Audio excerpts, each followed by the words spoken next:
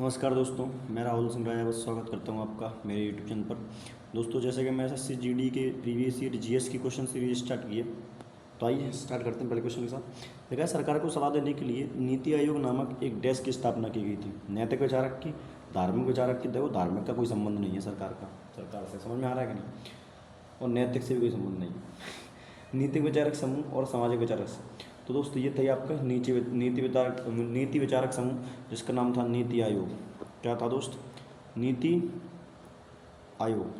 तो ये किसके द्वारा, देखो इसकी स्थापना कब की गई थी? 1 जनवरी 1950, सॉरी 1 जनवरी 2015। कब की गई थी? 2015 में। किसकी जगह ये की गई थी दोस्त? योजना आयोग की जगह। पहले कौन था दोस्त? तो योजना आयोग की जो क्या चलाती थी, पंचवर्षीय योजना चलाती थी। और योजना आयोग की स्थापना कब की गई? 1950 में। क्या होता था कि पहले योजना आयोग थी, तो योजना आयोग के तहत 5 साल के लिए स्कीम बनाई जाती थी, लेकिन उसकी जगह पर सरकार क्या लेके आई? नीति आयोग ले आई, जो हर साल क्या बनाती है? योजनाएं बनाती है। और ये क्या है, चाहे वो नीति आयोग हो या आपका योजना आयोग हो, दोनों ही क्या है? गैर संवैधानिक निकाय हैं। तो गैर संवैधानिक निकाय का मतलब क्या होता है कि दोस्त, इसका उल्लेख आपको कॉन्स्टिट्यूशन यानी संविधान में नहीं मिलने वाला, यानी इसके बारे में संविधान में कोई बात नहीं की गई है। ठीक है ना? चलिए, अरे रुक जा भाई। लिखा है, संगीत नाटक अकादमी नृत्य और नाटक के लिए भारत की राष्ट्रीय अकादमी है। इसे 1952 में तत्कालीन भारत सरकार के प्रस्ताव द्वारा बनाया गया था, जिसके पहले अध्यक्ष डॉक्टर बीपी राजमन्नम्मर थे। तो पूछा क्या है? अच्छा, परिवहन मंत्रालय, कला मंत्रालय, शिक्षा मंत्रालय, नृत्य मंत्रालय। तो दोस्त, इसकी जो की थी, मतलब इसके प्रस्ताव दिया था, वो दिया था शिक्षा मंत्रालय ने। स्थापना आप सभी को पता है 1952 में की गई थी। इसके पुरस्कार जो आवंटन देना स्टार्ट हुए 1955 में थे। और पहला जो अवार्ड मिला था, ये रामानुज अयंगर को था।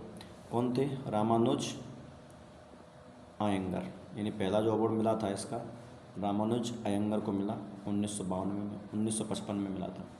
किसको मिला था? 1955 में, सॉरी क्या कह रहा हूँ मैं।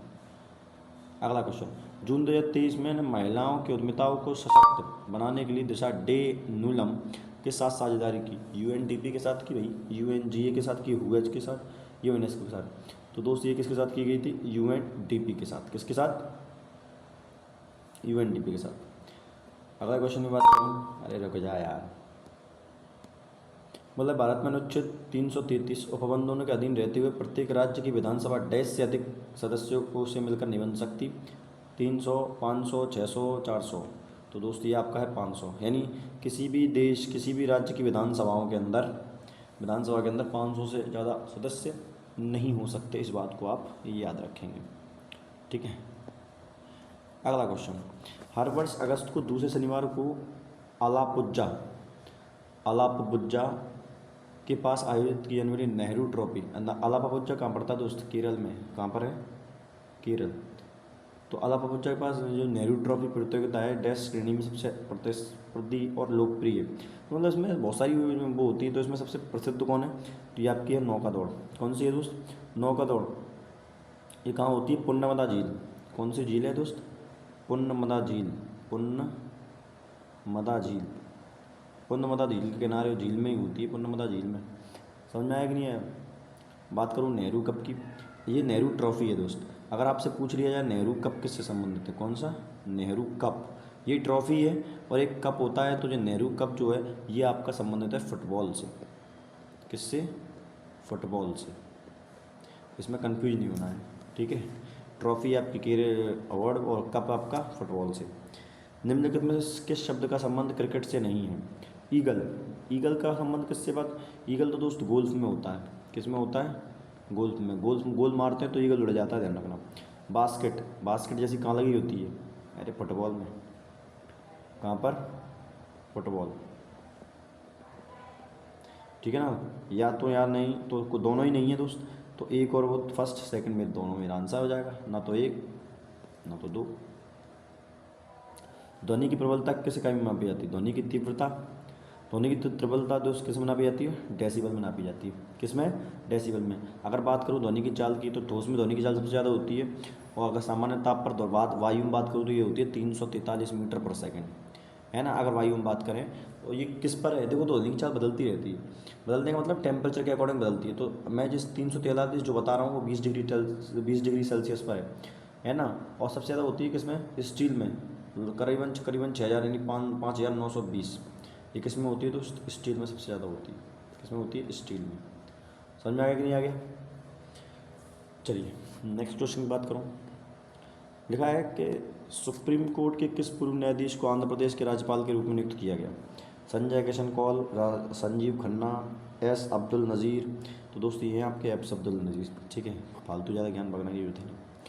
बोला कि जनगणना 2011 के अनुसार निम्नलिखित में किस राज्य की महिला साक्षरता दर सबसे अधिक थी। महिला साक्षरता, देखो महिलाओं को सबसे बढ़ाने का काम जो किया है वो केरल ने किया है। यहाँ केरल की साक्षरता दर सबसे अधिक है, सबसे अधिक, चाहे पुरुषों में हो या महिलाओं में हो।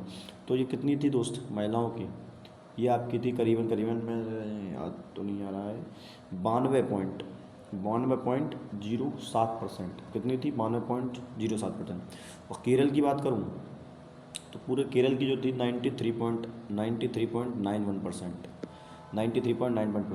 भारत की जनगणना, भारत की बात करूँ, भारत की जो साक्षरता दर है वो कितनी है, 74.04%।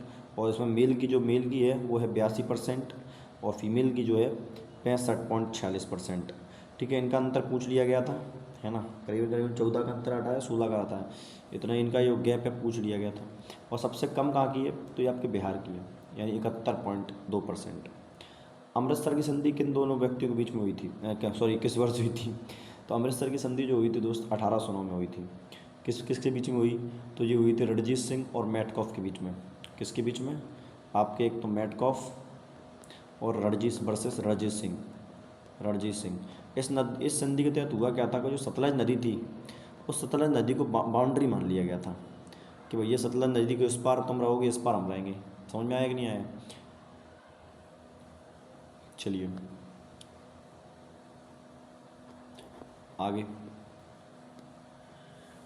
भारत सरकार द्वारा सामाजिक आर्थिक और जातिगत गणना SSE 2011 में अभावों को मापने के लिए निम्नलिखित कौन सा एक मापदंड नहीं है। ऐसे परिवार जिनमें कोई सक्षम सदस्य नहीं है, ऐसे घर जिनमें केवल एक कमरा, कोई ठोस दीवार और छत नहीं है, दिव्यांग सदस्य वाले परिवार, या ऐसे परिवार जिनमें 15 से 59 आयु वर्ग के कोई वयस्क महिला नहीं है। तो कौन से थे दोस्त, तो दोस्तों इसकी बात करूँ, ऐसे परिवार जिनमें 15 से 59 आयु वर्ग के कोई वयस्क महिला नहीं है। बाकी ऐसे परिवार जिनमें कोई सक्षम सदस्य नहीं, ये था। ऐसे घर जिनमें केवल एक कमरा, एक कोई ठोस दीवार नहीं, ये भी था। और दिव्यांग सदस्यों वाले परिवार, ये भी था। ठीक है दोस्तों, चलिए कहाँ गया। संविधान सभा ने डैश को, भारत को, संविधान को अपनाया था कब, 26 जनवरी 1950, 24 जनवरी 1950, 26 जनवरी 1949 या 15 अगस्त 1947। तो ये थे दोस्त 26 जनवरी 1949। ऑप्शन नंबर सी जो करेक्ट है। कितने, जब ये संविधान लागू हुआ था उसके पास 395 आर्टिकल थे, है ना, 8 अनुसूचियाँ थीं और 24 इसके भाग थे। लेकिन जब 1949 में देखो 26 जनवरी 1950 को पूर्ण रूप से अंगीकृत किया गया था। लेकिन जब 26 नवंबर को जब इसको लागू किया गया तो उसमें कितने आर्टिकल लागू किए गए थे, कुल 15 आर्टिकल लागू किए गए थे। कितने, 15 आर्टिकल लागू किए गए थे। समझ आया कि नहीं आया। देखा है, पन्नालाल घोष किस वाद्य यंत्र से संबंधित है। पन्नालाल घोष तबला, शहनाई, बांसुरी या घटा। तो जो पन्नालाल का जो संबंध है वो किससे संबंधित है दोस्त, बांसुरी से। बांसुरी से एक बहुत प्रसिद्ध कलाकार है जो आपको याद रखने वो है हरिप्रसाद चौरसिया। ठीक है। और बात करूँ एन लीला, कौन है, एन लीला। और मैं बात कुंजामणि, कौन है, वी कुंजामणि। तो ये भी थे। ठीक है। नेक्स्ट क्वेश्चन, भारत में निम्नलिखित किस राज्य में बोनालू पर्व मनाया जाता है। असम, पश्चिम बंगाल, तमिलनाडु या तेलंगाना। बोनालू बोलूँगा तेज, बोलूँगा तो कैसा बोलूँगा, तेज बोलूँगा, यानी कहाँ पर था, तेलंगाना में। तेलंगाना में ये कौन सी देवी महाकाली को संबंधित है, किस माता से संबंधित है, तो महाकाली, देवी महाकाली संबंधित है। यहाँ का एक त्यौहार है और याद रखना तेलंगाना तो बाथुकम्मा। कौन सा दोस्त, बाथुकम्मा त्यौहार की बात करूँ, ये एक पुष्पोत्सव होता है। कैसा होता है, पुष्पोत्सव। लेकिन कौन मनाता है, केवल फीमेल मनाएंगी इसको। कौन मनाएगा, केवल फीमेल मनाती है। ठीक है ना दोस्त। चलिए, भारतीय खिलाड़ी लिएंडर पेस कौन से खेल खेलते हैं? टेबल टेनिस से, बैडमिंटन, लॉन टेनिस या क्रिकेट? तो जो लिएंडर पेस है ये किससे संबंधित है? Lawn tennis. इन्होंने 1996 में, जब भारत लगातार 3 ओलंपिक में एक भी पदक नहीं जीत पाया था, उसके बाद जाके 1996 में बहुत यानी करीबन करीबन कितने 12 साल होते हैं ना, 4 साल में एक बार होता है ना, तो उन करीबन करीबन 12 साल का जो है गैप मिटाया था इन्होंने। और लिएंडर पेस ने इन्होंने ब्रॉन्ज मेडल जीता था। कौन सा जीता था? ब्रॉन्ज मेडल जीता था। समझ आया कि नहीं आया था? चलिए, बोला स्वतंत्रता के बाद भारत ने प्रथम प्रधानमंत्री जवाहरलाल नेहरू के डैश प्रभाव में 1991 में अपनी पहली पंचवर्षीय योजना FYP लॉन्च की थी। समाजवादी पूंजीवादी, आधुनिकतावादी पूंजी या अराजकतावादी पूंजी? तो ये कौन सी थी? समाजवादी। कौन सी थी दोस्त? समाजवादी। पहली पंचवर्षीय योजना कब आई दोस्त? 1951 से लेकर 5 साल में पूरी होती है, तो 1956 तक रही थी। कौन सा मॉडल था? Harrod Domar model. कौन सा? Harrod Domar model. इसके तहत दोस्त 5 IIT की स्थापना की गई थी। आपको याद रखना, 5 IIT की स्थापना किस पंचवर्षीय योजना? तो पहली पंचवर्षीय योजना। ठीक है ना? चलिए दोस्त, अगर बात करूँगा आपसे कुछ प्लान पूछ लूँ मैं, जैसे रोलिंग प्लान 1978 में आया, 1978 से 80 के बीच में। अनवरत योजना 1978। उसके बाद बॉम्बे प्लान 1944। ये कुछ डेट हैं जो आपको याद रखनी है, पूछ लेता है इनको। अन्नपूर्णा योजना 2000 से 2001 के बीच में आई थी। तो ये कुछ योजनाएँ आपको याद रखनी है। दोबारा बता देता हूँ। एक तो रोलिंग प्लान, अनवरत योजना, बॉम्बे प्लान, और ये आपका था अन्नपूर्णी योजना। ठीक है। निम्नलिखित में से उत्तर प्रदेश के डंडो फारसी नृत्य शैली का नाम बताइए। गरबा कथकली केरल, गरबा पंजाब, छऊ असम, एक ही बचता है कथक उत्तर प्रदेश। ठीक है। चलिए नेक्स्ट क्वेश्चन बात करता हूँ। निम्नलिखित में कौन सा भारतीय रिजर्व बैंक का की कार्य नहीं है? भारतीय रिजर्व बैंक में से कौन सा काम नहीं करती है? मुद्रा जारी करना, आखिरी कर्जदाता का कार्य है। सॉरी, ये पूछा कौन है? दोनों ही है दोस्त, है ना। भारतीय रिजर्व बैंक की स्थापना कब हुई थी? 1935 में। राष्ट्रीयकरण 1949 में। ठीक है ना दोस्त। चलिए आगे बढ़ते हैं। बोला दूसरे chief of defence staff CDS group में किसे नियुक्त किया गया? तो general Manoj Mukund Naravane, Hari Kumar, general Manoj Pande, lieutenant general Anil Chauhan. तो कौन थे दोस्त? Lieutenant general Anil Chauhan.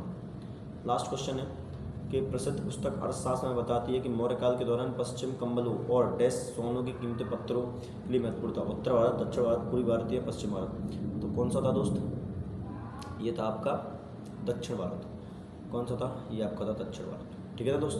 तो ये थे आपके आज GS का पेपर। आई होप आप सभी को क्लासें पसंद आए। ठीक है ना दोस्त। मिलते हैं अगली क्लास में, तब तक के लिए धन्यवाद।